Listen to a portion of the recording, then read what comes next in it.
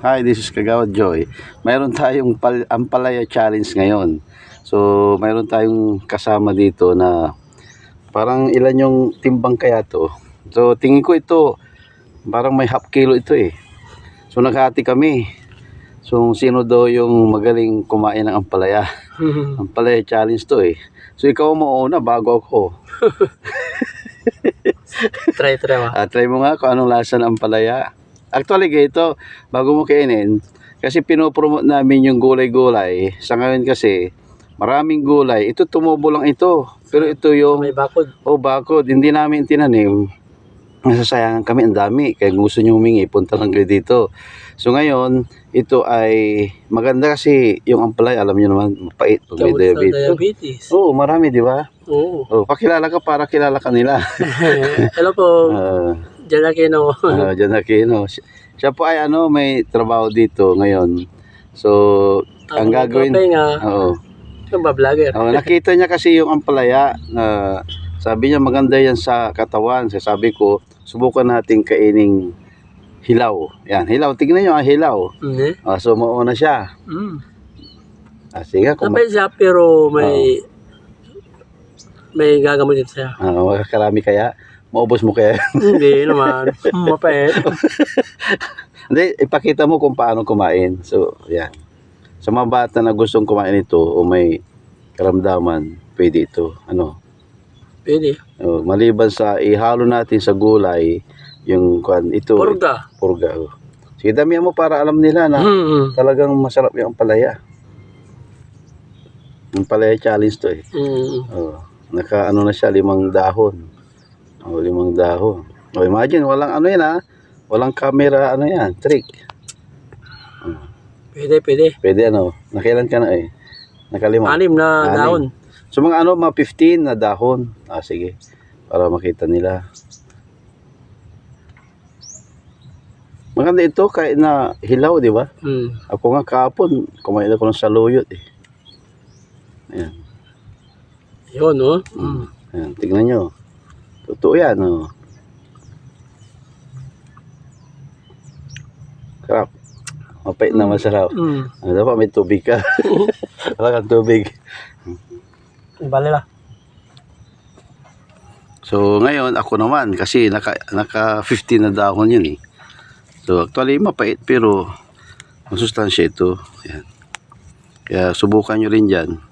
Ito kasi ang ampalaya na to, nakita ko lang sa bakuran namin. At least walang spray ito. May. Marami Kaya sinusubukan namin kumain ng mga hindi niluto. Herbal. Sarap.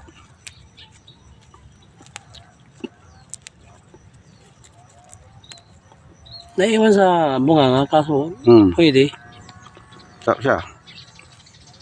Nakaano na rin ako, 10. Parang to, yung native. No.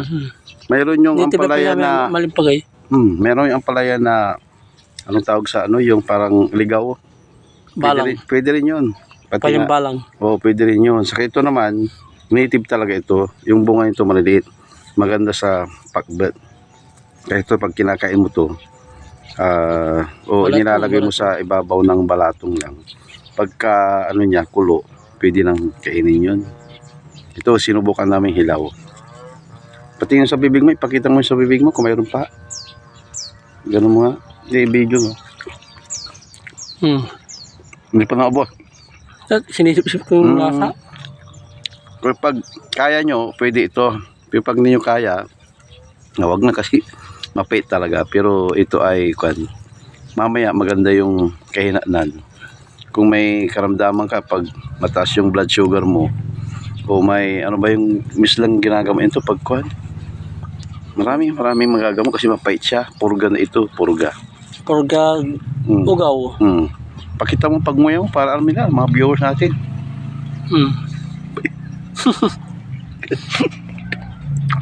Subang ko balo. Saan siya wajalay?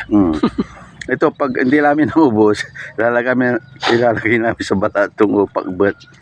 So, ito, ang ginagawa, kasi maliliit ang dahon, pwede mong, na lang, kunin yung mahaba, tapos ilagay mo, di ba? Idip mo siya. Tapos hindi mo kaya yung Lambong, bangon. ito pang ano ko na to, pang 20 na dahon.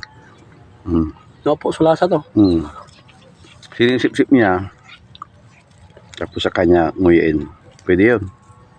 Ito yung palaya challenge po natin ng pagkain.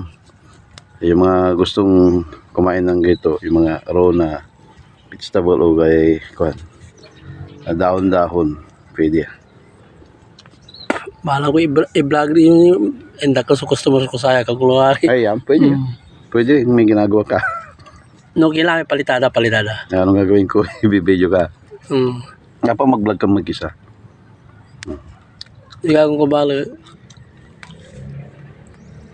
May titawag dyan.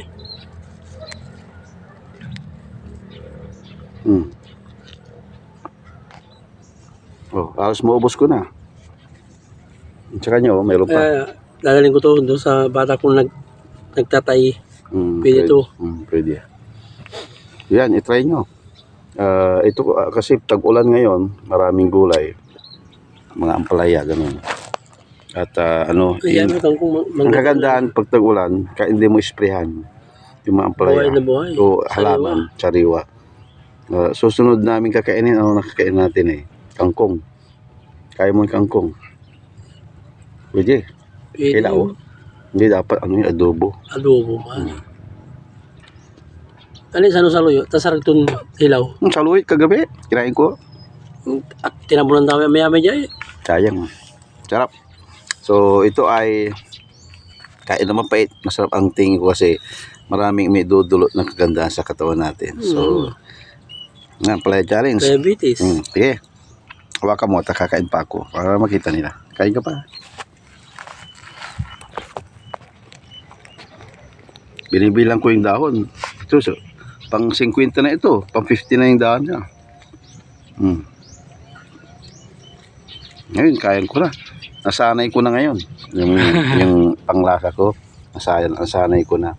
Kasi ramdam ko, pag nakakain ako ng mga gulay na kahit hindi mo nilaga, yung mga pwede na kahit hindi ilaga, ay nakakatulong sa atin. Mas magandang impact sa ating katawan. So, yan, si Jan. Iuwi na daw yung iba. So, salamat po sa panonood. At sana po, itry nyo rin kumain ng mga hindi naluto. Mga gito. Basta walang spray, okay lang. Try lang. Kasi gamot talaga yan. Tignan, naalis yung ubo niya. Di ka na inuubo, no? Katagal naman. Kanina, inuubo yan. Ganyan tayo pa, yapal niya, di nakal. Yun yung gamot. Hindi na kailangan uminom ng gamot kasi may ampalaya na. So, bye-bye mga viewers natin. Bye. From Philippines. Okay, bye-bye. Ampalaya challenge.